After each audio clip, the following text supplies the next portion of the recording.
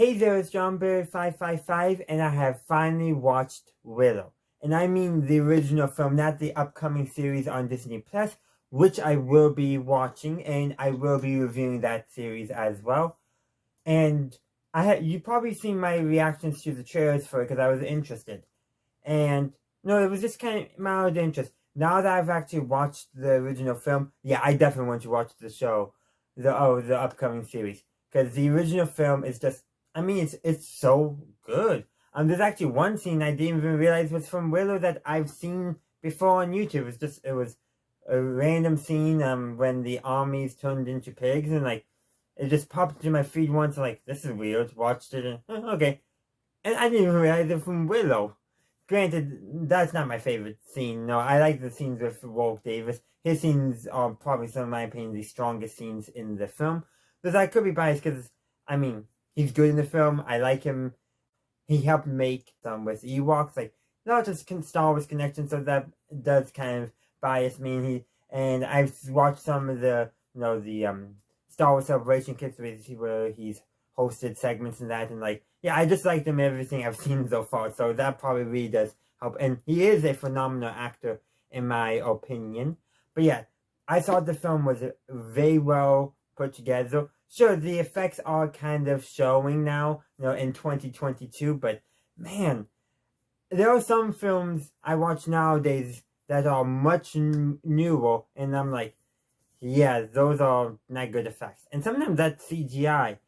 Because as I can tell, if there's any CGI in here, it's only to smooth connection between practical. Now, I could be wrong, but yeah, you can definitely tell most of the effects are entirely practical, and I really do appreciate that. I have a feeling the series is going to delve more into CGI because that's just the way movies and shows are done nowadays.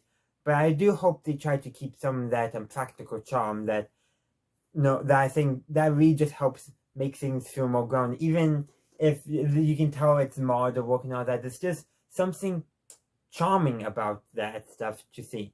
But I've got enough about my favorite acting in it and the effects and model work and that. But actually, the story, there's two ways you can look at the story. You can either look at it from essentially the fact that, oh, God fulfills this prophecy in order to defeat the evil queen. Sure, there is that part of the story, but that I don't think is the real story. That's, like a better term, it's almost a MacGuffin part of the story. Sure, they succeed in it, but I think the true story is about Willow. The film is called Willow after all, so Warwick Davis' character Willow, his character story is the story that's most important to the film. It's his hero's journey. He has his call to adventure, but he's skeptical, he is nervous. And by the end of the film, he basically stands up against the evil queen and defeats her. Not with any fancy magic or that, which he, of course, has learned, but by a simple sleight of hand trick. Probably one of the oldest magic tricks in the book. And that's not even real magic, but that's how he defeats the evil queen. You sleight of hand to get the baby someplace safe, and the evil queen freaks out and she accidentally banishes herself. That is, in some ways, a very good hero move. In fact, it kind of, in a way, reminds me of what happened to Palpatine at the end of The Rise of Skywalker.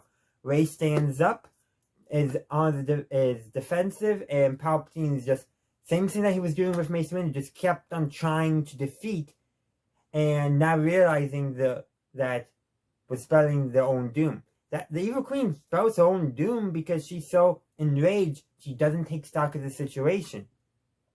The hero defeats the villain, not with anything flashy or that, just by standing up against the hero. Willow had his selection of sleight of hand tricks.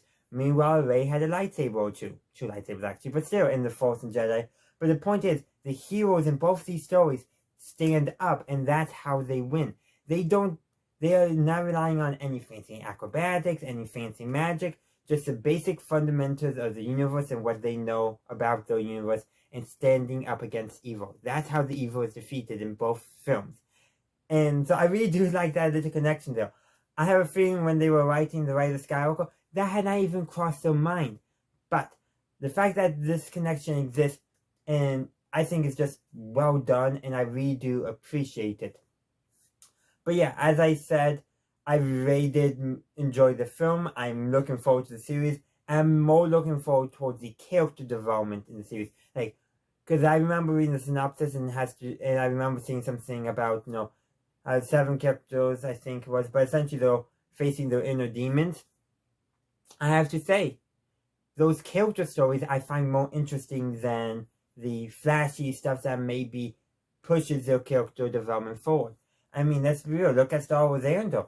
That was entirely character. They didn't need any fancy thing with the Force in that, but they still had a good story because they relied on the characters. Some of the best stories, in my opinion, always are character-driven stories.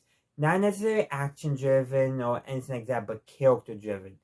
And not every story does that to the same degree, but the best ones are character-driven. And that's what Will has been to me, a character-driven story, and I very much appreciated it, how this lowly farmer and inspiring sorcerer goes from pretty much the bottom of his society, and at the end, he stands up against the evil queen, against evil. It contributes to its demise, and returns home a hero in a much better position just by standing up for what is right. Not because of any glory that will come of it, but because it is the right thing to do. And that's what I really appreciate. And you can tell, everyone in the village likes Willow even before it, but his self-doubt. This journey was him overcoming his self-doubt. So when he returns to his village, you can tell that people are happy that he's back. Not because of what he's done, but because he's back and he's Willow. That's what I took away from the ending scene. And that is what I hope we see more of in this show. These character-driven stories where characters realize things about themselves, overcome their demons, their flaws. That's what I want to see.